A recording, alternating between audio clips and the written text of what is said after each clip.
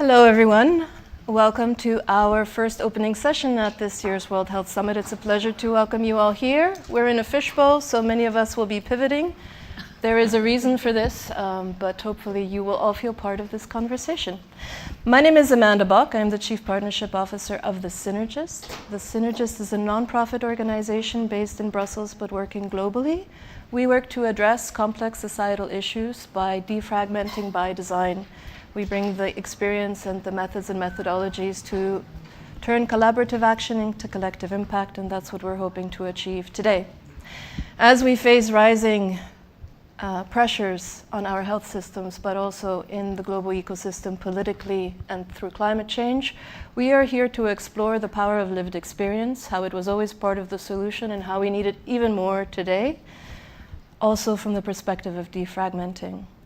In a moment, I will pass to our speakers to start our conversation. I invite you to read their extensive and very impressive bios in your booklets, because we will save time by skipping that part. Hopefully you already know who they are or will know by the end of this session. So, a couple of housekeeping rules. Please turn your phones off. It would be great not to be interrupted.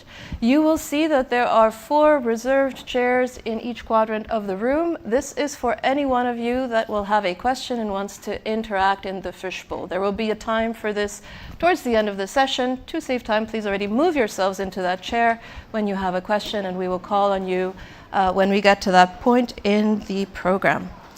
So, without further ado, it's my pleasure to get us started. And to scene set from a very global perspective, as we then gradually move into the more specific and the grassroots concrete examples, I would invite Rüdiger, as part of WHO's global leadership and currently working on a very complex intersection between health and the environment. Can you scene set for us from the perspective of the polycrisis facing us today? What are the health impacts we expect to see, and what can we do to prepare? Thank you very much, Amanda, and a very good morning to all of you. It's great to see you, and I don't think I've ever spoken behind somebody, but that's really nice. Thank you. 3 mind pictures I want to quickly evoke. COVID. There was an over-mortality, meaning that there was more people dying than usual, of 15.2 million, estimated by WHO. 15.2 million died excessively within the COVID crisis. How many of those percentages of people do you think had COVID and died of COVID? Just what do you think here in the group? What's your 10%? 10%? So that means 1.5 million? Mm-hmm. What do you think else? 10%, what? More? More, yes. I think it's more. More? 5? 30%? 5 million? 5.9 million. Means over 12 million did not die of COVID, but they died because they did not receive the care they needed. Mm-hmm. Number 2, in WHO we faced a second pandemic over the COVID pandemic, and that was the pandemic of dis and misinformation in the net. After COVID, this increased. So the level of fake news in healthcare has augmented, meaning that people listen to many sources, but we have a big problem that they don't read the evidence-based information anymore. So that's a second image I wanted to say. And the third one is a good one, because we know that if we base our work with people living with rare diseases and ask them, what do you really need? what do you need from me as a health professional? Then we know that the expenditure doesn't rise, but decreases, in fact, if we then don't do what they don't need. So these are just three pictures I wanted to raise at the starting point of this, giving this polycrisis in which we are.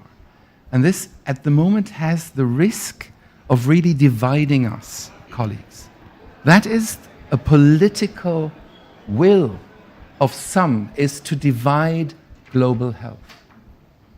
And if we're not really sensitive to this now and counteract that we actually, the more they try to divide us, the more united we must be in order not to break. And that's a real crisis we're in. And so that's why this meeting today is of absolute importance to us. Thank you so much, Rüdiger. So what I hear you saying really eloquently is we're moving into bigger spaces of insularity when what we should be doing is doubling down on integrating, not just as societies and as partners in health, but also across sectors, because we have the environment and the health crisis upon us as well. I'm going to invite Mari, maybe, to comment on that as a globally recognized social innovator who is building concrete solutions in the intersection between climate and health. What are tangible things that you are doing and that you are seeing that can help us create this integration, especially now that it's under challenge? Thank you, and thanks for inviting me here. So one key solution that we haven't been employing to the extent possible is self-care. And self-care can help unburden health systems and also optimize individual health, which in itself, good health is a very strong sort of adaptation strategy. And so self-care is distributed capacity and patients leading resilience building from the ground up, and recognizing that and providing appropriate support for self-care and evidence-based, science-based self-care. I think we've not done a good job as a global health community in providing people that and meeting them where they are. So even though people have a dearth of sort of information and we've been just recently working with young adults in Manipur district, for example, and they use GPT all the time, but they still don't trust the information, and they double check the information with pharmacists, and they don't trust their doctors, and they don't trust the influencers either. So self-care represents a very strong sort of resilience strategy going forward, I think. So when you say self-care, you're essentially talking about us acknowledging and reinforcing the agency of individual patients and caregivers from the ground up, because they are, in a sense, their own first responders. Yes, and of course it's not self-care, like health is not an individual endeavor, so it's also self-care and co-care and the sort of partnership that happens between individuals acting for their own health, but for others as well. And then having trusted services and peers and community supporting that. And that partnership, I think, can shift us also from thinking of patients as dependents to thinking of us all as kind of contributors to resilience and adaptation as well, which is happening across the board. And self-care itself, we all carry out self-care. And without it, the health system would have collapsed already during COVID, for sure, but even now. And if you just look at Europe, the self-care that we all do, without it, we would need 120,000 more GPs at a cost of 34 billion a year. And our collective global self-care acts save the health system 119 billion a year. And WHO has called on all countries, because of this enormous opportunity, for all governments to implement self-care as part of the health system, the sort of fourth missing dimension of our three-tiered health model. And in the last 3 years, over 50 countries have implemented policies to enable self-care as part of the health system. The problem is that we don't really have a kind of holistic mental health and physical health system integrated solution, and that's what we're building, one of the things that we're building. Yes, the actual practical how-to to help bridge between policy and the grassroots on the ground. Yeah, and we're building in a way the Spotify of self-care, with all self-care guidelines in one place from birth to end of life, even end of life care, and which is a huge endeavor, but it's really about helping people to understand, plan, and execute self-care and co-care. Yep. Within their own homes. And I'm just going to plug your organization for those of you that haven't looked at her bio yet. Scope Impact, check it out. Lots of really tangible solutions that are worth scaling. Fiona, may I build on this idea of resourcing and ask you to share with us? So you're originally a physician, very much coming at this from multiple sector perspectives. You've worked in the public sector for governments, in the private sector with civil society, so really a cross range of perspectives, and now focused on sustainability and greening health. You and I have previously talked about this concept of the fully engaged model, and it seems to me that it's very relevant from the perspective of resourcing these solutions. Could you share a little bit more about that, please? Yeah, sure. I mean, I think we've talked about self-care, and I guess as Mary was saying, it's really about how we involve people in their own health. But the fully engaged scenario came about because about 20 years ago, our then Prime Minister had what was described as the most expensive breakfast in history, where he appeared on a television programme and was interviewed, and to everybody's surprise, including us as civil servants, he announced that he was going to increase healthcare spending to match the European Union in the UK, which was big because that was about 2 percentage points of GDP. So our finance ministry then rushed around trying to work out how it could spend the money it had to spend now in the best possible way. And they did some economic modelling, and one of the models that came out of it was something called the fully engaged scenario. Well, what does that mean? What they meant by that was how you can use people themselves and work with them to release resources for them and for the system. It wasn't just about self-care, although it included that. It was actually, at the time, quite a revolutionary concept of active partnership. It was really saying that this isn't just down to patients, it's also down to professionals to listen and to respond in a different way. It was that kind of co-creation that Mary was talking about. And the hope behind that was that we could then use that approach to deliver different care. At the time, our focus was more on NCDs, chronic diseases. But I think what I've learned now, having worked for many years on chronic diseases and inequalities, is that actually the same solutions work if you want to green healthcare. Prevention, making healthcare more efficient, models that are new and innovative, but very importantly involving people in their own care so it becomes more personalised. They get the care they need, they get better health outcomes, and the system is more effectively and efficiently delivered. It should work for everybody. Of course, as we know, doing it in practice is very different from the economic models that it's easy, well not easy, but it's able to produce. Yeah, we were talking prior to this session a little bit about incentive structures and how the partnership model is definitely something we all know works and needs to be done more, but the incentives are sometimes working against us. So when we take a systems approach, it's also interesting to look at those pathways, which many of us, and at the Synergist, we put a lot of faith in last year's social participation resolution, because we see that as one of the ways to change those pathways, as it calls for the formal and official embedding of this participation model in health systems. Is that something that you can relate back to the economic argument of the fully engaged approach?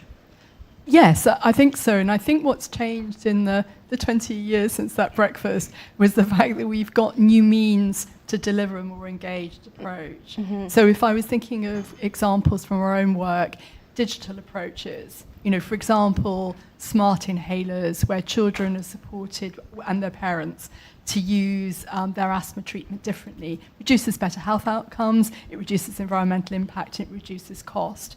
Or connecting patients with their clinicians. For example, if they've got inflammatory bowel disease, for patients when they realize they're about to have a relapse, to be able to connect to and message their clinicians to say, look, I need treatment much more quickly.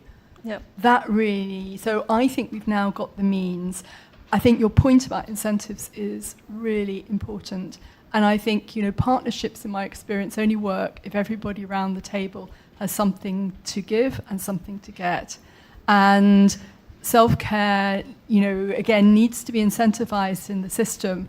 And clinicians are not evil if they don't want to do self-care. It's often that maybe, they're used to perhaps being in charge, or they're going to be held, as we were talking about earlier, accountable for things. If it goes wrong, they're going to feel, whoops, it's my fault if the patient doesn't get the best outcome. So I think we need to understand the system rules that we need to create. But for sustainable and greener healthcare, self-care is one of the ways we can unlock it, and it becomes so much more rewarding for everybody. Yes.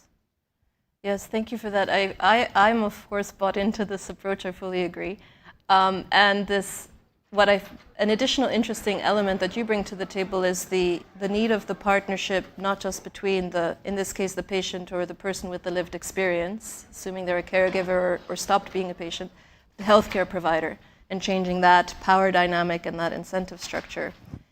Which brings me to Duran, because rare diseases is a wonderful petri dish for seeing good partnerships succeed, where in many cases, healthcare providers rely on the patients for a lot of the experience and the insights that don't already exist in the science or in the literature. So Duran is a very recognized, I think, not needing an introduction in this fora, globally representative and strong voice for patients and patients of rare diseases. What do you make of this conversation, and what do we need to ensure that the patient community are not more burdened? It's not more on you, but can come to the table equipped. Well, I love the conversation so far, and I like that where Rudiger started was talking about sort of the global scenario, but also right back to the importance of that patient. I'm going to take a slightly different tact, as you know. And when you're talking about patient engagement, and when we're talking about rare diseases, as you say, I don't know if we're a petri dish. I'm not sure that most patients would like to think themselves as a petri dish. But I think as a ground from which, Yes. Many innovations can come. The challenge in many cases, though, is that it's that engagement and that self-direction comes because the system isn't there to help them, because there isn't anything. And when you're talking about rare disease, without getting too much of a definition of what rare disease is, I think most people intuitively understand they're diseases that affect very small patient populations. So for the most part, public health kind of doesn't work for that rare disease when you're talking about, the clinician. In many cases, that clinician does not know rare disease. So the patient has had to take on that role. When we talk about, rare disease patients being misdiagnosed over and over again and being subject to all kinds of interventions that don't necessarily, not only don't make them better, they actually can create greater harm, then patients are driven to figuring this out and to coming. But I just want to say, we're talking about a little example of a case as well. We had an amazing example of a father in Canada who had a child with an ultra-rare disease, and there was no real treatment for him, but they understood what the origin was, the gene was. And the hospital said, we can make a gene therapy for you that can actually correct the defect that's caused. It's only going to cost you about $5 million. Which is actually kind of cheap when you think about it. This guy, his kid was about, at that time, 2 years old, had to be done before he was 6, went on a tear, bake sales, walks, engaging the community. They collectively raised, they had foundations that came on, they had much better publicity. At the end, they $4.5 million. The hospital says, okay, that's good enough, we'll do it. They made a gene therapy for him, and in the course of it, they found about 6 other families that had the same disease, which nobody had known about before. He says, why can't we make more copies of it? And I watched, and in fact, he was on one of the national TV shows in the U.S. where they not only got the gene therapy for his little boy, but they were able to give a copy to one of the other to another family. It's not that easy to give away, treatments. You would think that, okay, we got a gene, we'll give it to you for free. It takes a lot of regulation to do it. But the mother came on to say, you gave it to my daughter. I just want to thank you for it. I mean, that's kind of where that self-care, right, can actually have, as you say, some real benefits in terms of the community. But it does mean the system has to be in place to help us. And I think that's a real challenge, is that a lot of times patients want to be more engaged. They want to have agency. They want to be able to. Now, as you say with ChatGPT, we were just in some great conversations in terms of how you can use AI to actually not just go back to your physician and say, hey, what do you think about this? But actually collect really good evidence around what causes and what treatments might be, and to engage in a very constructive conversation with that clinician in hopes that you can get a better kind of resource. So I think that's kind of where we're coming to. I think the other thing, to just respond to what Rudiger said before, though, rare disease, when you think about it in terms of the other polycrises, and I would say certainly climate is one, economics is the other. I think we all feel, certainly patients, but everybody, that we're in a huge economic crisis. Things that were available are no longer available. Things that we felt like could be, I don't know what the UK is doing. So I think, you guys are giving away money. We're happy to all come to the UK. Everywhere else I know, they're kind of pulling back from health because they've got these other crises. Mm-hmm. And I think this is something that we have to think about. We look at, what WHO is doing, right? And to recognize, once upon a time, the mantra was so strong. In order to have good economic development, you have to take care of the health of the people. And I don't hear that anymore. Yep. Where it's mostly impactful, and I'll stop in a second, is actually, I head up the Canadian Organization of Rare Disorders. I also am president of the Asia Pacific Alliance in Rare Disease Organizations. And that's where you see the real impact. You talk about low, middle income countries. You talk about rare disease there. And I think the challenges there, even where there's opportunities for self-care, if you don't have electricity, you cannot actually do the kinds of testing that you want. If you don't have a cold chain refrigerator, your medicines that you're self-infusing are not going to be reliable. So I think we have to recognize that if we want to make sure that patients are going to be engaged and take advantage, the systems have got to be in place to actually enable them to do that. And certainly rare disease is one of those areas in the petri dish that we can point to, and I think we're happy to do that, but it does affect everybody. Yeah, and point taken on the petri dish analogy. I think it was more the fact that, we can look at rare diseases, and rather than people think, oh, rare diseases is a tiny population and an exception, but no, it's actually the microcosm that teaches you what works, that teaches you how it could be scaled if we took the right steps to chronic diseases and then infectious diseases. And so Duran and I come from the same rare disease origin, so we allow ourselves to joke with each other, but absolutely point taken. On the resourcing and the pathways, maybe it's an opportunity to come back to you, Rudiger, and to ask and challenge. I mean, we're all watching and rooting for you and others and colleagues at WHO, and our whole global health architecture is in flux. It's changing. We can all be agents of helping that change in the right directions. What do you need? What can we do? What are the opportunities you see? Yeah. Thank you for that question, and thank you for raising the issue of, the economics of health. Now, health is, in many countries, the biggest economic driver. In increasingly more countries, the biggest industry in the world is health. And that's fantastic. We love it. It's not, so when it first comes, perhaps you think, perhaps we shouldn't be. But we believe it's great that health is the biggest economic driver. The problem is whether or not the money is well spent. And there we need to say, not always. How much percentage do you think is ill spent in health? How much of the percentage? What do you think? 30%. Absolutely. 30%. 30%. Would you like to come up here, Emma? Winners all around. Yeah, let's look at that for 1 second. It is actually the money that is spent on diagnostics where there's no therapy. You know, it's just to know which disease it was, or it is. Or actually services that lead to iatrogenic disease. So disease which is only created in hospitals because you get an infection in hospitals and stuff like that. So it's actually 1/3, right? And if we could decrease that figure by, for instance, looking at we only do diagnostics if we know whatever will happen, there will be a therapy, there will be treatment, there will be an action for the patient. That would help us. And then your example there of the person that needed a drug being through genetic modeling, 5 million, is in fact not expensive.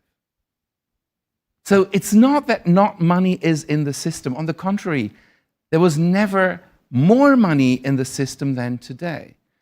And to talk about financial crises all the time, because to then cut us in global health is really an interesting thing, because if you talk with financial experts, they said never was more money in the global financial system as today.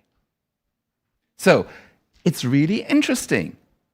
And perhaps that's the narrative that wants to be perpetrated all the time to tell us we go from one financial crisis to the next. Now, I'm in this system for 30 odd years. And never had I a time when people said, oh, we have more money to give you. How much do you want? And we give it to you. Never, ever. Like you also had enough money? Who had enough money? Who had, more money than he could or she could spend? Not so much, yeah. So perhaps that's also something we need to overcome.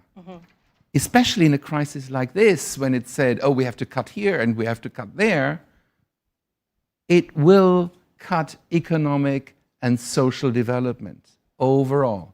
If we wanted this in the world, what's the political agenda here? Where we, actually also in the health system, work that we are buffering crises. We're buffering social crises. And if we're not careful enough to link now the care we give to the needs of people, not the supply, but change from a needs-orientated health system to a supply-oriented healthcare system to a needs-oriented healthcare system, then of course we're in big trouble. And that's where rare diseases can help us so much, because they can tell us immediately what they need. And the chronic disease patients, they can tell us what they really need, and we should focus on that rather than on the supply. I'm so glad you brought that up, thank you, because I was thinking as you were speaking that we need to move from the creation of more supply generation and then trying to find a place to sell it, to just going back to what are the real world needs, starting with the patient, starting with the lived experience, and make it demand driven.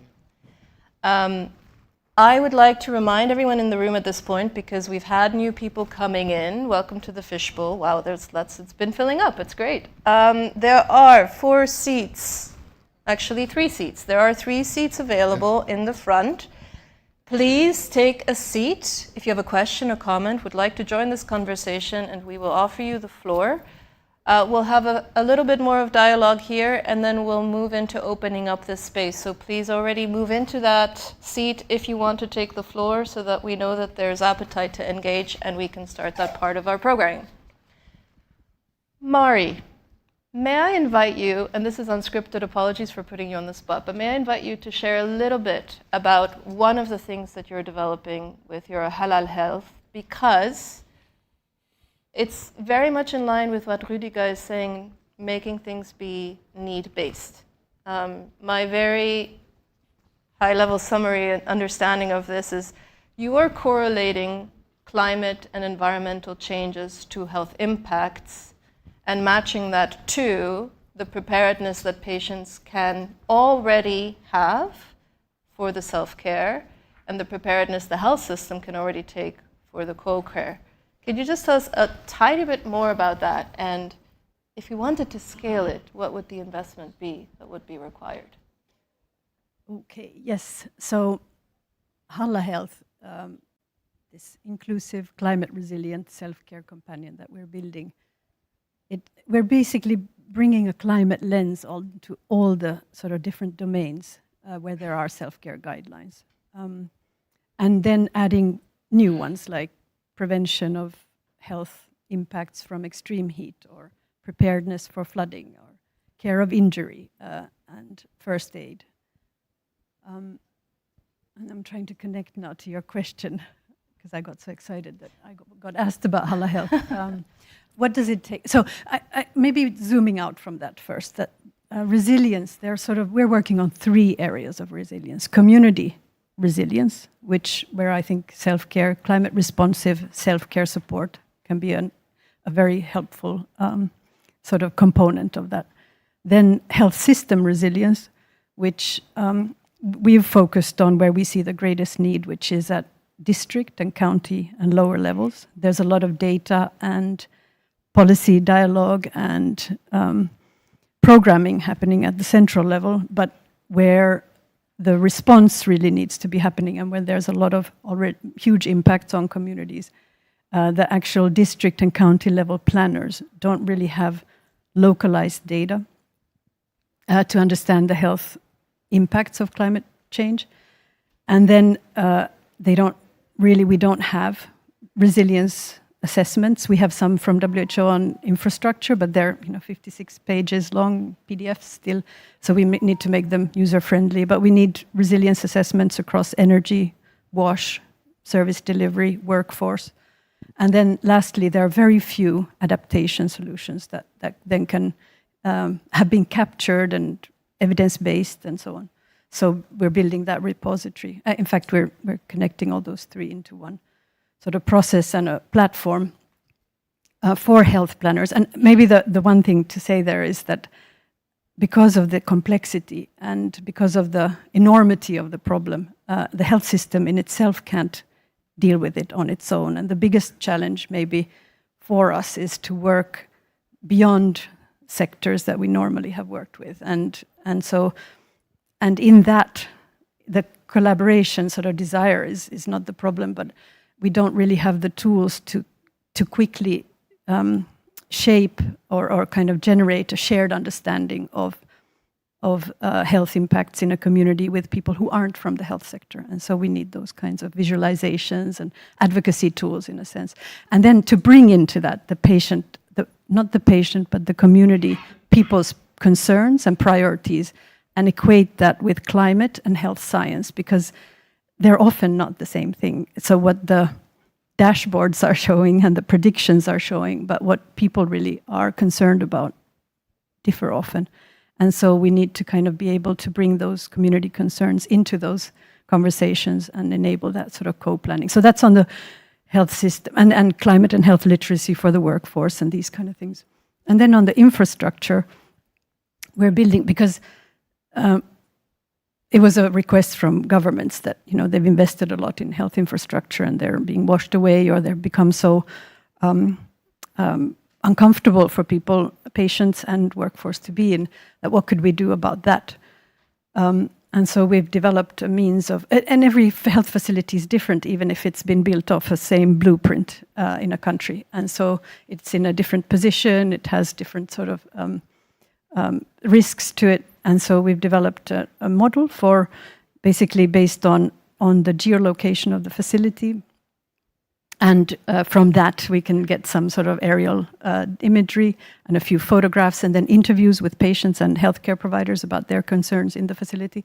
Then we create a 3D model, and we carry out automated simulations of how the sun path crosses, how the flooding might affect the building and the surrounding, and so on. And then present sort of retrofit solutions, no to low cost retrofit solutions that can be implemented alongside kind of thermal cognition and thermal adjustment skills building for individuals and people in that. So understanding how heat moves in a facility, understanding what kind of passive controls you can take, moving around in the building, opening up, optimizing ventilation, drawing curtains, etc. And that has shown to give people not acceptance, but higher levels of comfort with higher levels of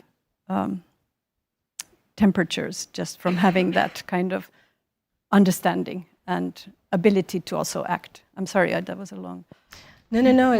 Winding. It's a fantastic. It's just such a fantastic concept and idea, and merging of the data of two different sectors and trying to make it tangible and something that all of us can actually do. I could actually see what is coming in my region and how I prepare for it and how I challenge my care system to prepare for it. And that's, I think, the most real world that it can get from a future perspective.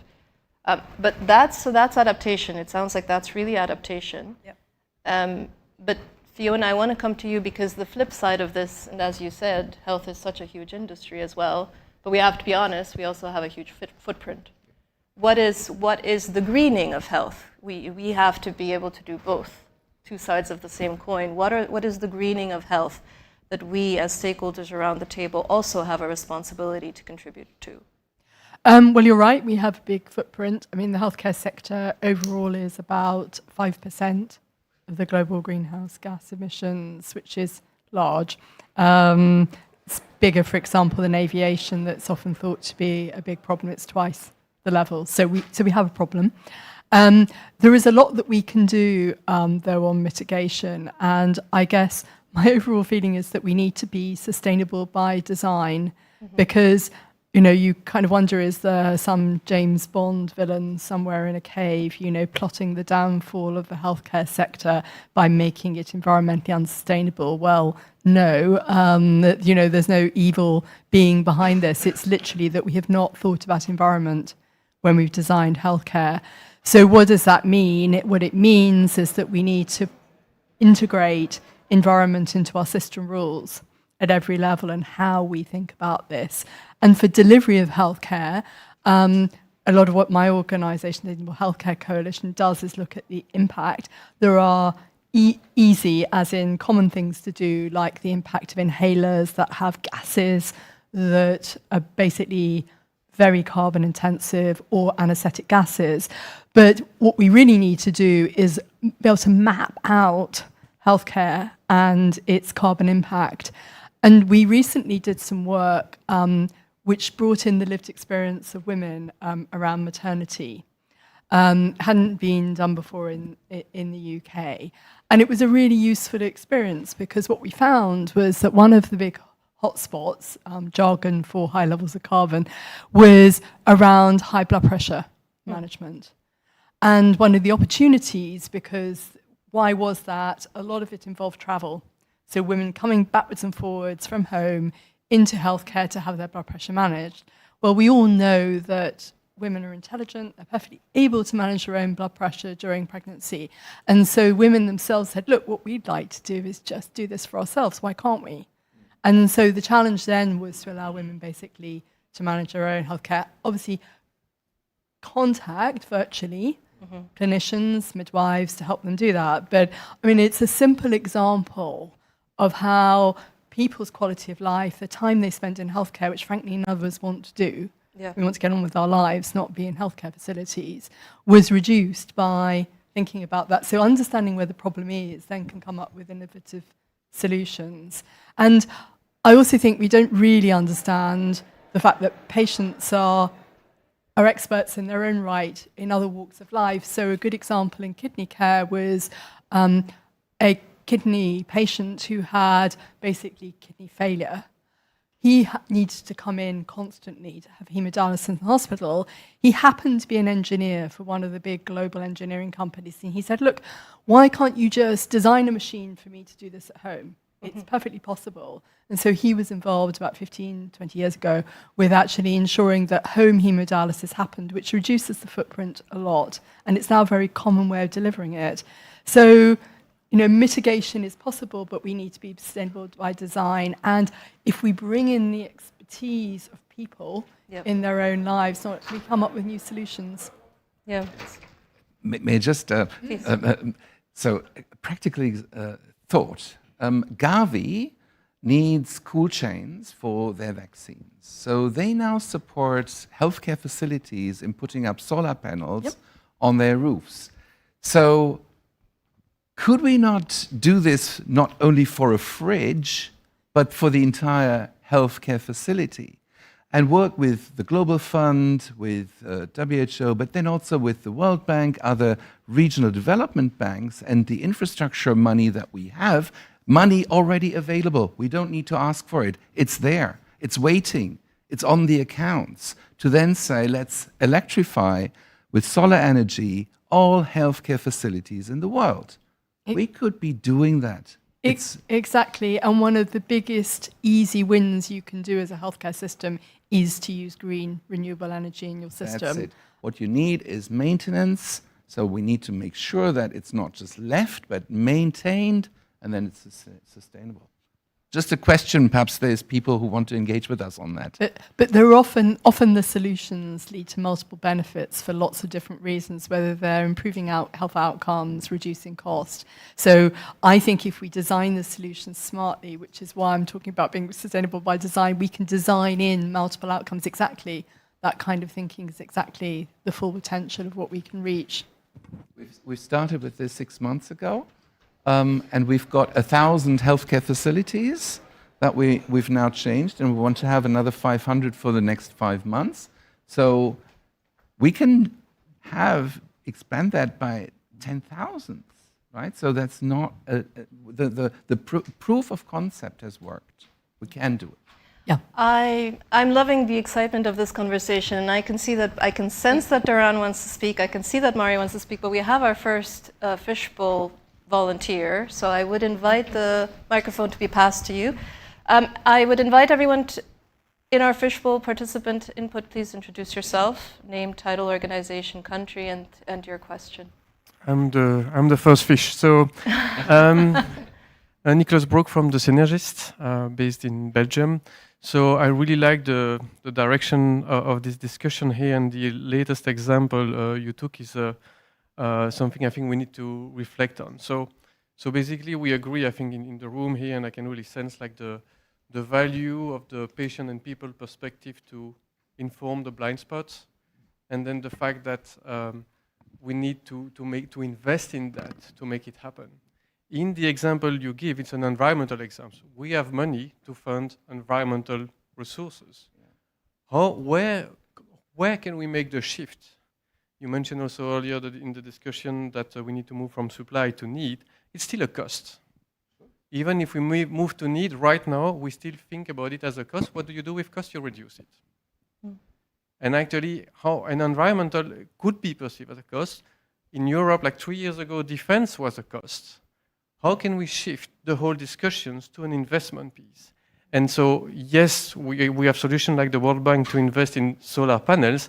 How do we invest in the infrastructure to engage with people, rare disease patients, citizens? Where do we make that shift happen to find the resource to fund that, and not only the environmental aspect of it, like solar panels? I love this question. What we do in the first thing, what we do is to measure the return on investment on anything that we're doing. Return on investment of any public health intervention. Now, the return on investment to actually electrify healthcare facilities with solar panels is 1 to 5. Every dollar spent, $5 in return, because you don't have the diesel that you need to, the generators that very often don't work anymore, and then, of course, the success stories that you have because you can do a surgery with light and not in the dark, right? So that's really an investment. So we're talking about health as investment, not as a cost, because also then what you do is to look at the economic benefits of better health of populations, right? So we can do this down to the individual intervention, up to the broader investment space, why you should invest in health and not in disease. Can I just follow on what Rudiger and what Nicholas's question is about? And it kind of relates to what I wanted to say earlier. And that is, I would love to see investment at the local level. And again, rare diseases is one of those places. I'll give you a couple very quick examples. One of the things that we were involved in is the Concord competition. Amazing innovation. Africa, Rwanda. A bicycle refrigerated medicine delivery. It looks a bit like a Coke, like they deliver Coca-Cola, but the refrigerator is actually guaranteed in terms of temperature control by a satellite. So they can guarantee that you're going to keep it at the right temperature, and they deliver these medicines. This guy on a bicycle in back roads. Had another one which I thought was stunning. We were talking about, recently, conversation around if you're talking about, treatment. In many cases, rare diseases, we do need to diagnose those that can actually have modifiable treatments that are not necessarily drug or expensive treatments. And one of the groups that were involved in the patient group said, you know what we really need? We don't need drugs, we need diapers. Yeah. Many of our patients, children, but even adults, right? We don't have diapers. And living in this rural community, this is a community that actually had all of their homes were on stilts because there's so much flooding. It was an amazing concept, right? And they said, we just don't have enough diapers. But one of the I was proposing is we had a proposal for making, this was for feminine hygiene products out of seaweed, which I'm saying, if we can get that group to kind of coordinate with this group that needs disposable diapers that can be made out of materials that are available. I mean, so giving the resources, right, to people in order for them to use the resources they have, and in this case, renewable resources, in order to be able to solve their problems. So yes, we can have high-level, I think, investments, but we really also need to have really low-level investments that can go directly to people. And yes, in some cases they're scalable, but quite frankly, even if they're not terribly scalable, it would really solve a problem for those that are going to be directly affected, and that's good too. Investments at all levels. Fiona. I was just thinking about the component, Nicola, of what you were asking about incentives. And you reflected at the beginning, Amanda, about the fact we keep supplying things which people don't necessarily match people's needs. One way, I think, engaging us people, patients in their own health, is to provide the kind of insights that industry needs in order to innovate. Because one of the, again, there isn't some kind of great reason why people are supplying things that don't meet need. It's because they don't necessarily have the wherewithal to really connect with what customers, the ultimate customer, the patient needs.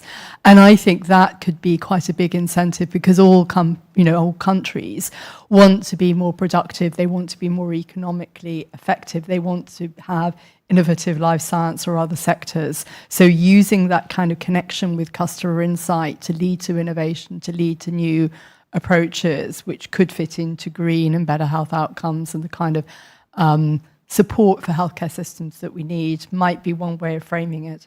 And I think that's an excellent point. Mari, I'll come to you in a moment. And at least in the rare disease space, but also in many other disease spaces, we have seen the impact of industry doing good patient engagement. And there are so many examples. Patient-focused medicine development is an excellent program that showcases a lot of the good shared patient, community, health system, industry benefits that come when good patient engagement works well. And it's another one of those things that we need to double down on and replicate and do at community level, do at care level, and invest in to ensure indeed that we go more and deeper into the direction of what is the real world need. And let's start from that rather than start from supply. Just because it reduces waste. Meeting need reduces waste because and that is at the heart of sustainability. And what I think we've been hearing from all speakers here is that it helps not just with the adaptation, also with the mitigation, but also with the system preparedness to actually have a more resilient global infrastructure and system, because health is one of the key uniting factors between member states, in fact, so that we prevent more, what did you say, the buttressing of crises? Mari, you wanted to speak. I just wanted to say about innovation and the sort of patient's role in that, and real-world data to inform innovation. And I mean, in a way, adding to the sort of challenges that we have is that we don't really have the right treatment options. We have suboptimal medicines because most of the medicines in today's world are built off of Caucasian men in the US, 70 kilograms specifically. And so 85% of our medicines today are built off of data from Caucasian men. And so that means gender and ethnic and regional differences aren't really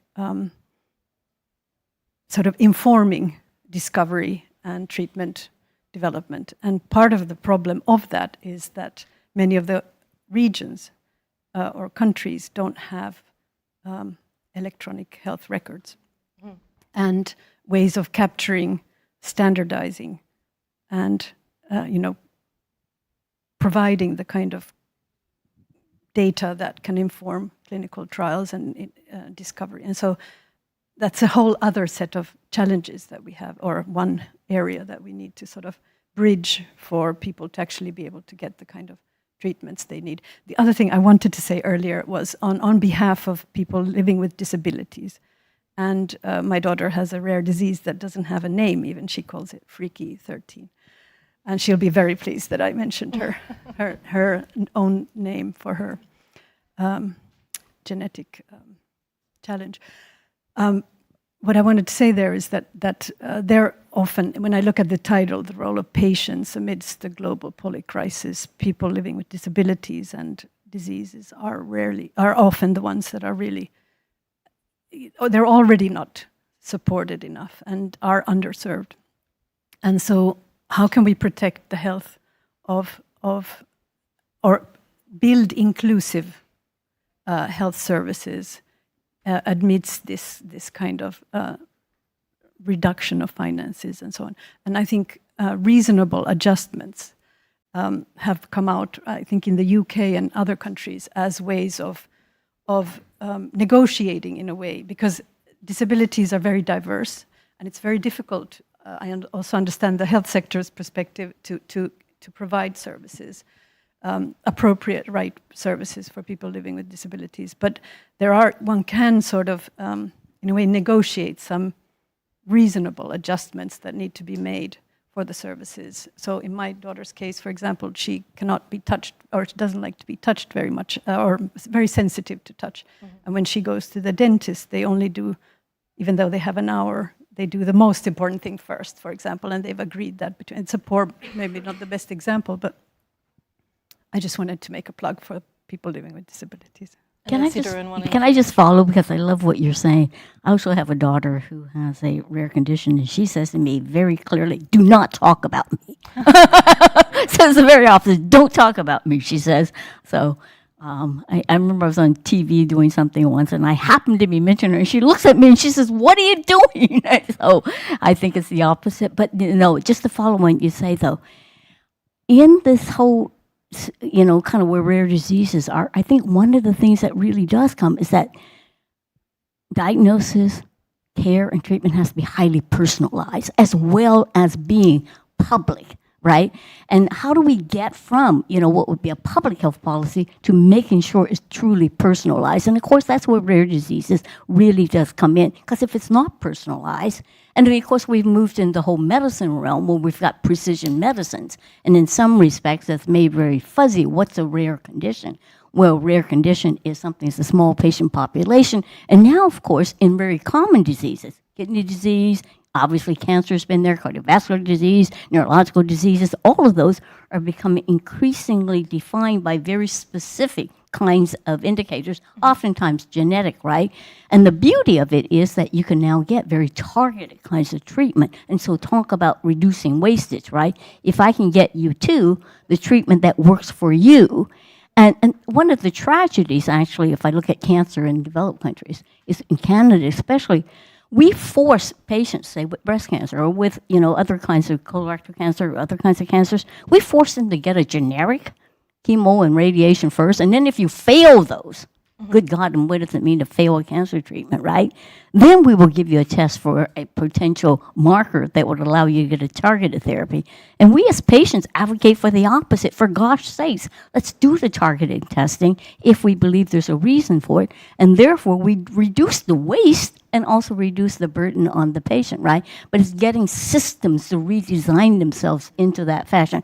But I think, as we're saying, at the end of the day, what works is what's highly personal. Some of it is people personalize it for themselves. So as you say, listen, learn what makes sense to me, what doesn't make sense to me. So that's a bit of education and training. But also then allow the system allowing much more personalized kinds of healthcare and recognizing if we start there, we actually do have the most economically and certainly the most patient-centered, patient-friendly kinds of treatment. So it's a way in which I think we can try to make the public policy changes, the policy changes that would allow a great deal more personalization. But that's, again, where the patient experience comes in, where you can actually design it. So you've got to have the patient involved in terms of designing that.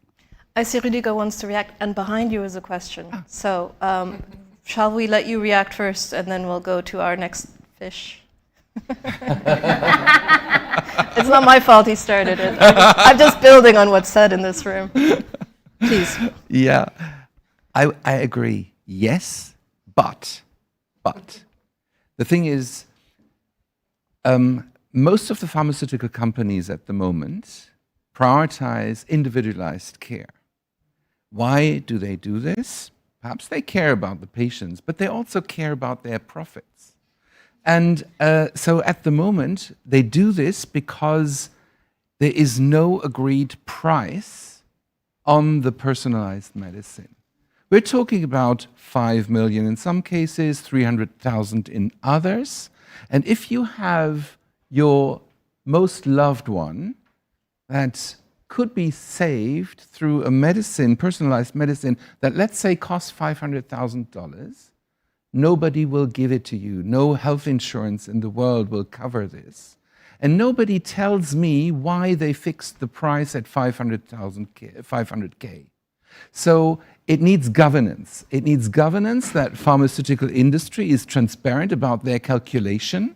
And we as WHO want that. We have, pricing fora for medicines where we want to get a better understanding how they got to the price they take. And they have all sorts of instruments in place to not be transparent about their pricing. And that will kill the solidarity mechanism of health, social health insurance and fair pricing.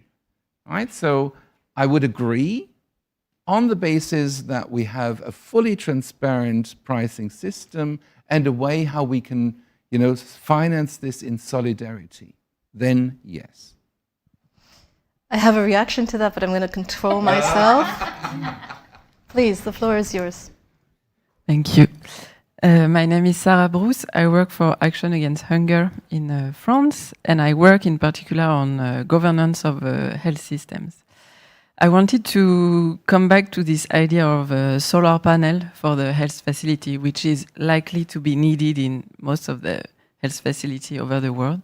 However, what I realize in my work in low and middle income country is most of the time what works best is to take time to discuss with the people of the health facility to see what they actually need to do their work and provide quality healthcare.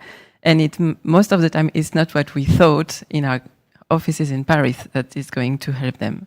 So solar panel, most of the time they don't have it. It's a good idea, but they will tell you, we don't have a midwife, so we cannot help women to deliver, or we don't have this basic drug, and we would rather have that rather than a solar panel because it's going to be stolen or whatever reason. And this brings to me the idea of promoting, when we do health, global health actually, bottom-up approaches, and to always put at the center the patient, as you keep mentioning it, but more broadly, local community, and something that we didn't hear that much so far, it's also local civil society organization or grassroots organization that can give strength and power to patients, to community that do not have the knowledge or the influence that is needed to make their voices heard, be it for rare diseases or for primary access to primary healthcare, which is much broader, I would say. And I think this is coming back to the idea of social participation that you briefly mentioned earlier, that has to happen at all levels of the health system. So definitely it starts at the health facility or even at the community level, actually, and then health facility, and it goes up to the global level where major decisions and financial ones are taking place, especially these days. And we should be, as a public health or global health sector, we should keep that in mind, I think, all the time, because if we want to be more efficient and cost effective, this is how we should think on how to spend the money that is available. And it's just to illustrate my point as well that social participation and putting the patient at the center can also take place at global level. There is since 2 years this civil society commission that is linked to the Secretariat of the WHO. And it has the objective to make sure civil society is part of the deal, of the conversation at all levels, all the time. So it means global level, regional level, national level, local level. So it's very ambitious, but it's also a way to act on what we were saying, that we need to answer the needs in a proper way, personalized way, etc. And I think civil society organizations are a good vehicle to help promoting that and give voices to people who can't have their voice heard at a different level. Thank you. Thank you very much, Sarah. I love everything that you say. I'm just wondering if there's a question in there. No. Okay. But I'm happy to hear reactions. Can I ask her a question back? Go ahead. One of the challenges we find with consulting and asking people what they need is that people feel like we're being consulted over and over again. We don't actually get what we need. Like, why are you asking me this, right? And why are you asking me again and again? So I'm going to ask you a question. Did they get a midwife? Sorry? Did they get the midwife? It depends, actually. Unfortunately, it really depends. That's the challenge, right? It's when we ask people, what do you need, what do you want? There has to be a reality around it. And it can't be just, okay, I'm just asking you, right? Because people feel like you're asking me, and I've told you, and I know what I need. You know, it's when we go into the hospital and we see, women giving birth in the hallway. We know what they need, and they tell us, we've only got one incubator. We know what they need, and guess what? We don't give them that. We give them something else. Yeah. So people feel like, why are you asking me? Because you're not really going to deliver on what it is I want. So we also need to be careful when we're asking, that there's going to be something that comes back to people that really does. I mean, we can't give everybody everything they need, but there's got to be a return. I'm not saying you guys are not doing it. I'm not trying to point at you. I was just using it to kind of poke a little bit at it because that's the challenge. And I think that's a little bit of the difference. And Fiona, I'll come to you in a moment. And we have another question, two other questions. I'm very excited. That's the difference between ad hoc consultation and engaging in a one-way street versus a partnership approach, where it's a continuous dialogue and the shared ownership of the decision. Fiona, and then two more fish. Not wanting to focus too much on solar panels, I guess I would just add two perspectives. One is that globally, as we know, even thinking that climate change exists is, believe it or not, a contested area. What isn't a contested area, where I think solar panels can help us, is around making energy more secure and reducing its cost. So that is an area of common policy means, so solar panels can help with that. The second, and it's the sad reality of how funding comes into systems, is within our own health service in the UK, the money for solar panels in hospitals isn't coming from health, it's coming from the Environment Department. So in a way, there is an investment into health. The final thing I would say is there are also opportunities for manufacturing industry within life sciences to give some of their energy back. So there's an example in Portugal where a green manufacturing process from one of the pharma manufacturers is then investing the excess electricity they produce into the local hospital system. So I think there are lots of ways that we can do that, but sadly, well, inevitably politics provides a veil. But I think it's about how do we understand the current situation and use it to our advantage, because then maybe you do have the resources for the midwife because you're not spending your own money on solar panels. Yeah. If I just quickly, because I really liked your intervention. And the thing is, it very much depends on how you do it. So it's not like, oh, we're giving you solar panels, take it.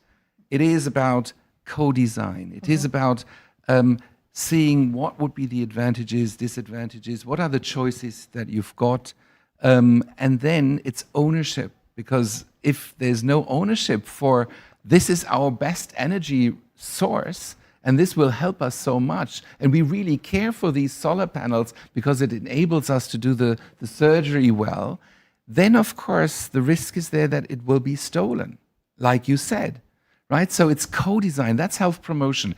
It will therefore depend how we do such a scale up of, electrifying those healthcare facilities. If it's really the ownership by the community that they care so much that they wouldn't allow anybody to steal this from the roof, right? So that's the way it can either go right or awfully wrong. And I think this is a testament to the intersectoral approaches that matter so much, because what you're bringing to the table is not just a health issue, it's a development issue. And the development space has far more experience engaging meaningfully with communities and being bottom-up than the health space has, because it started earlier. So there's a lot of learning that we can do between development, humanitarian, environment, health practices as well regarding the grassroots work. But I'm going to pivot because we have 2 more questions, and I invite you to please introduce yourself and take the floor. Good morning, everybody. I am Margaret Titimana from Sierra Leone. I work for the Ministry of Health. Thank you all very much. Very insightful statements. So self-care, with support from WHO and other partners, we have been actually trying to push in situations for HIV/AIDS, our clients, and issues around family planning. But in a situation where you have gender issues affecting women, then also resource-constrained situations, and healthcare workers that are overburdened, for them to provide real patient-centered care, and a politicized civil society, what could be the best way of maybe moving around with self-care that patients can really have access to quality services based on this informed decision. Thank you. So, we have a WHO strategy on people-centered integrated care. And I think that was the first time that we also described what are the needs for carers, for family carers, for doing self-care, because a lot of health institutions think, oh, that's for free, right? So let the families care, and that's for free. And that's awfully wrong. So we identify what are the resources that need to be in place in order to empower family carers to do their work. And so you need to have access to the right information. You need to be supported psychologically to care for people because it's extremely stressful. You need to have resources that you can get out of your duties once in a while in order to recharge, repower yourself, and then be able to do the work again, and so many more things. So we listed all those things. So it would be a big mistake to say we're increasing self-help just because of money constraints. No, that's not how the game is played. That's not the rule of the game. So we need to change that narrative as well, that it's not for free, but it is it's cost effective, but we need to have the minimal resources in place to empower the people who care for the others. And that brings us back to the idea of value. The things that we call value because we can put a price tag on them, and all the things that are actually valuable that we don't put a price tag on, and therefore ignore that in our value-based assessments. Do either of you want to react? Because I see body language, and we also have another question lining up, so please. Maybe I'd just like to say that the way we're building the self-care companion is together with the health systems and with immediate frontline health workers, community workers, and with the families and individuals, and trying to understand how self-care can support and extend care. It's not an in lieu of, but helps extend the health system. And I think that's the sort of mindset how we're approaching, which sort of supports what you were saying, that it's not a like a simple solution for a complex problem. It's helps, extends resources, helps unburden health workers, and supports individuals and families when you co-create it together. And maybe. Thank you. May I invite our next participant? G'day, Jack Whitney from Novo Nordisk. My question probably relies a lot to the discussion so far. I'm proud to be part of a team based in Denmark and headquarters that really relates to essential number one, which is patient-centered care at Novo Nordisk. And a lot of the discussion today is about how we can better partner with patients, how can we bring the patient experience more into government, into development, but how can industry better partner with patients and bring the patient experience in?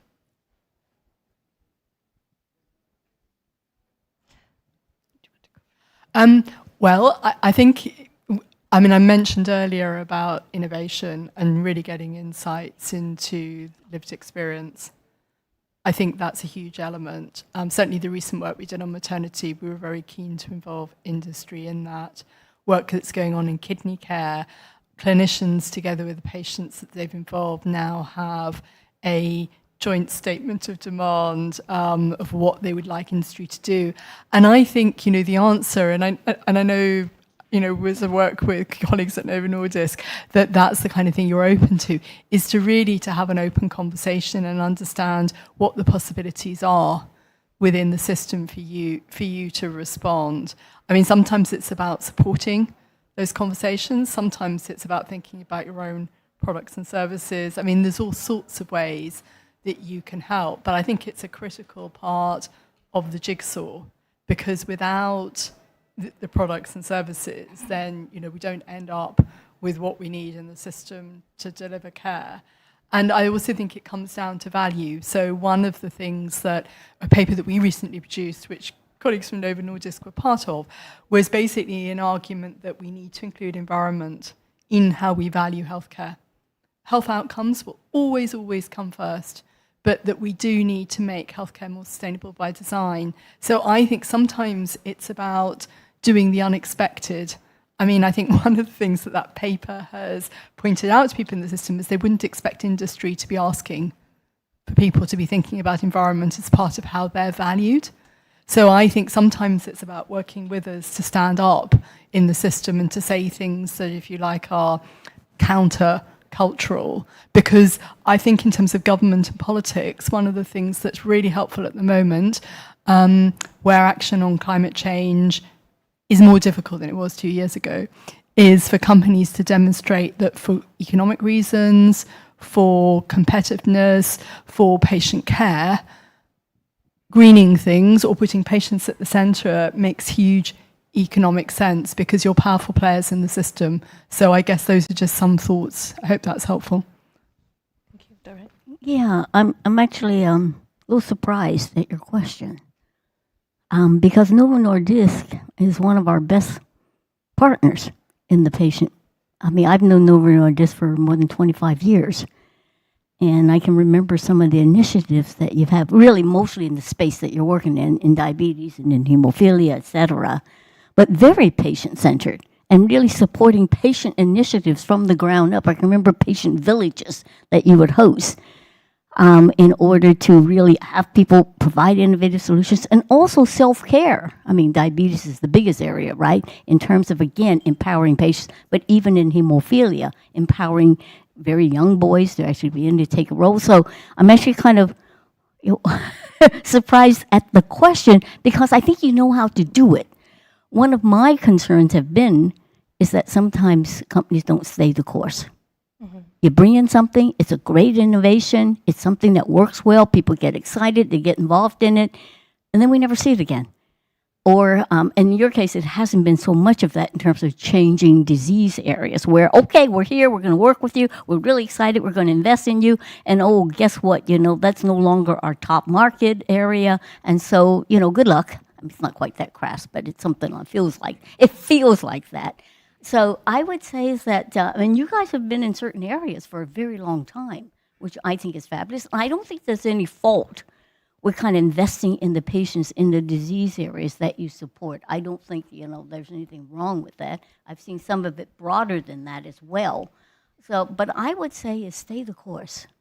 Really, when you're investing in something, continue to do it and work with the people. But I kind of feel like you guys know how to do it. Clinical trials is a good example. Talk about the equity clinical trials, like that, I think is where we can definitely And I think extending to areas that you're, to underserved populations that you're currently not serving. I think that's the key. Mari, did you want to react to the... Okay. I just want to react very quickly because to your point, Duran, I think there's a big thing to be said for not losing institutional memory of the things that work well within individual companies and across partnerships. And we have, precision-focused medicine development is a program that's 10 years old that has captured a lot of what is the best way of engaging. And this is co-created. This is a platform that has patient organizations and industry and healthcare providers and other stakeholders co-creating what are the best pathways to engage in a meaningful way for the best outcomes, sustainably, ethically. So let's not reinvent the wheel. And all of those resources are available for use freely online. So it's true. Companies, people come and go, the disease areas change, and then we ask the same questions that we've asked 5-7 years ago, but there's already a best practice. So let's try to scale in order not to lose the efficiencies that we could actually be gaining. We have another question. Fiona, are you okay? Or do you want to just make a quick comment? I just want to make a quick comment. I think on clinical trials specifically, we're doing a lot of work again with you and other colleagues around greening clinical trials. And we had a really good conversation before this session started about aligning resources and approaches, particularly the work the Synergist is doing around patients and their involvement in clinical trials. I think there'd be a huge common cause to bring those together. And I think in industry, you can, you're working with us on both of those things. Encourage and support us to bring that together so that we're aligning resources and defragmenting the system. That would be great. So thank you for your question. Thank you. Please. Hello, my name is Rachel Firestone and I'm based in Berlin and I work on user and patient-driven solutions in digital health and data integration for health. And my question maybe is a more summative question, so maybe that's good that it comes at the end. But you've all touched on this in a few different ways, but patient-driven solutions, integrating patients, this low-level investment, it also takes resources. And in this moment where everyone is talking about cuts and how to, get rid of all the silos and how to integrate all the infrastructure, digital and otherwise, where is the most important place to convince, whether it's policymakers or industry, that the patient-level solutions, the low-level investment shouldn't be where the cuts are?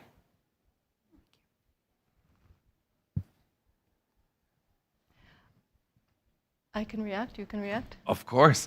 As I said before, this narrative about the cuts and these crises doesn't make sense if you have a good investment case, because there's never been more money to be invested somewhere in the world. So let's not get too hooked on the current narrative that is opposed on us on a crisis. We will get out of this very quickly, because people will see that the return on investment is so high investing in, certain areas. Now, the thing is, of course, we need to make a smart case, right? And there is the other thing. I've all asked you whether you always, or at some point in your life, had enough money. But the thing is also that, at least in my experience, if I had, or if anybody who I know had a great idea, a great initiative, which was well thought through and well documented, and we did a professional work on it, there was always money for it. The dead horses was always that there was a killing factor which we didn't think of in the first place. So it is also not true that we always cut. We never had more money in global health than we have to date. That's also a reality. So let's get out of this narrative that binds us, that gets us down. Let's not get into this vicious circle. Let's move up, because health is the best investment you can make. And therefore, let's get our smart brains together. Let's have the innovative ideas which are well thought through and professionally done. And I can assure you that we always will find the money for it.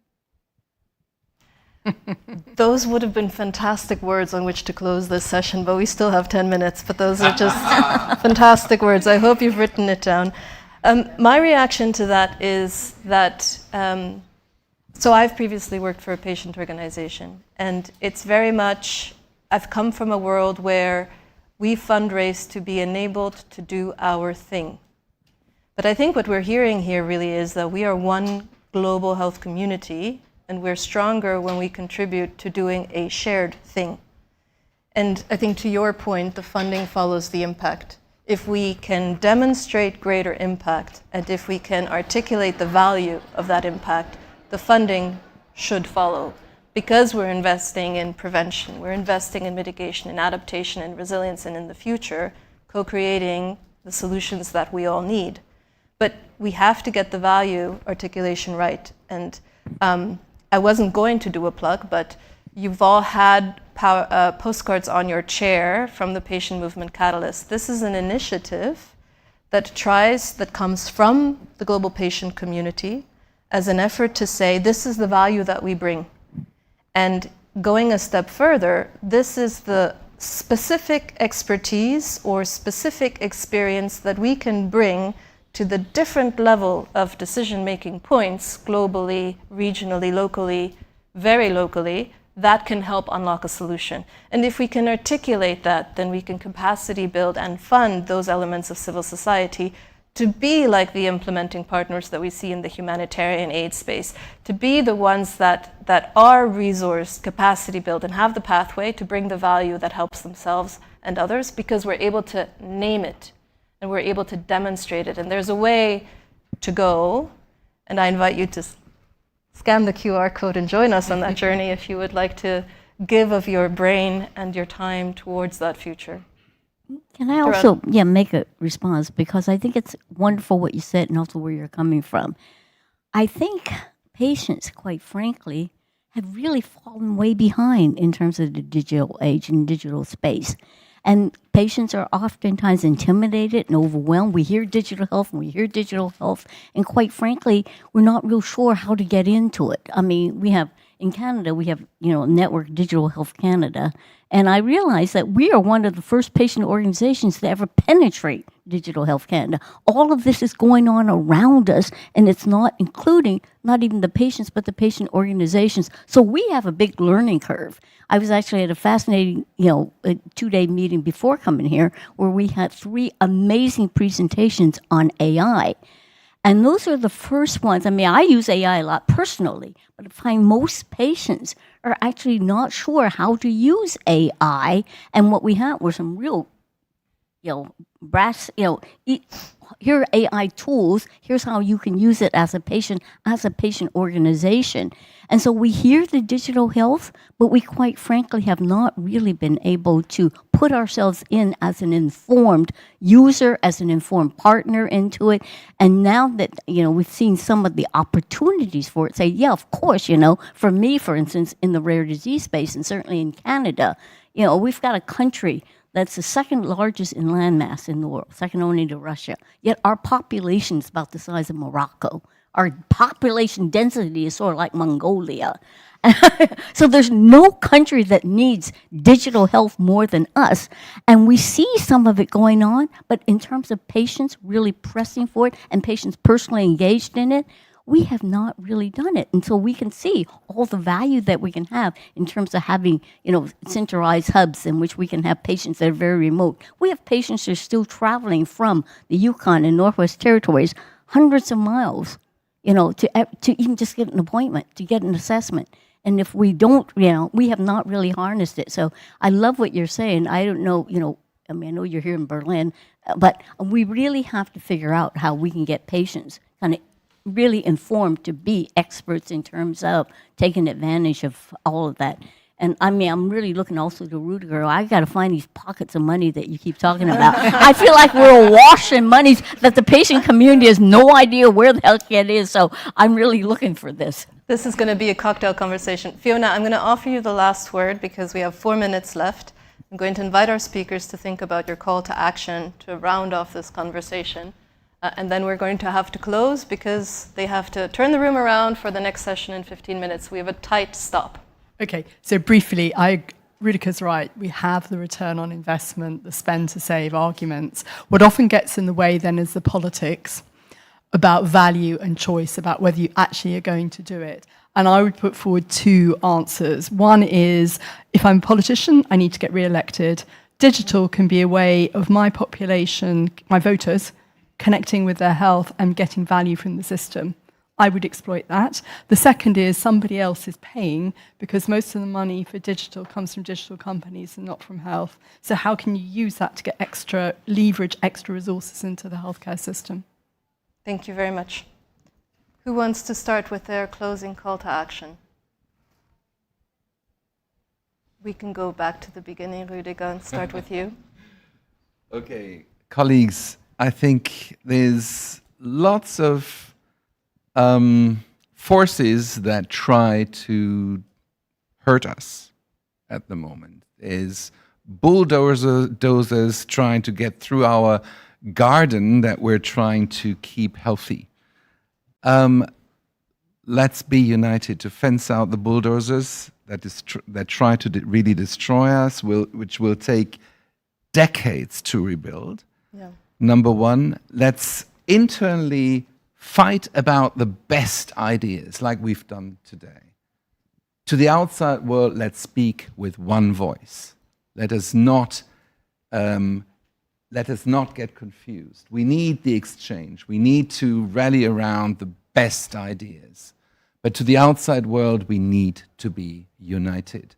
And I think that is really an important thing for us here during the next couple of days.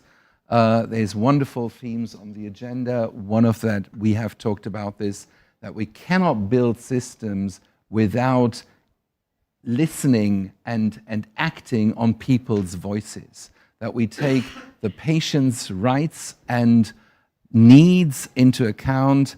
Let's get rid of some of the supplies that are not needed in the healthcare system. Let's focus on the needs of people. And then I think we will be on that positive track and increase and improve public health. Thank you, Rudiger. Mari, 30 seconds. I would say we need to support emerging adults in building up a lifelong practice of self-care because they're faced with a whole host of new challenges that we have yet even to sort of understand. Thank you. Fiona. So I think we need to be sustainable by design. If we understand impact, we can design in greener solutions that improve health outcomes and reduce cost. And if we work with lived experience, we can really bring the insights to develop new and innovative solutions and make sure they meet people's needs. Thank you. Ron. Well, not surprising. I think do think we need a lot more investment in the individual patient and the innovation in the individual patient. But as patients, we also need to get a whole lot smarter, because now I see we have space at the table, but we have to come in as informed and expert, partners. Thank you very much. And I think we need to do defragmentation by design. And everyone in the room, I can hear, are aligned with this idea of turning collaborative action into collective impact by working across sectors and stakeholders. As the Synergist, we are a warm partner to you. If you want to avail of our services, please stay tuned. Everything that's discussed today in this room will be turned into actions. Come and sign up if you want to join. We also have a side meeting this afternoon at 2 p.m. to dive into more depth. There are a limited number of seats still available. If you would like to come find one of us. With this, I close this first session. I hope it was insightful and sets you up for an energetic summit. Thank you for your attendance. Thank you to our speakers.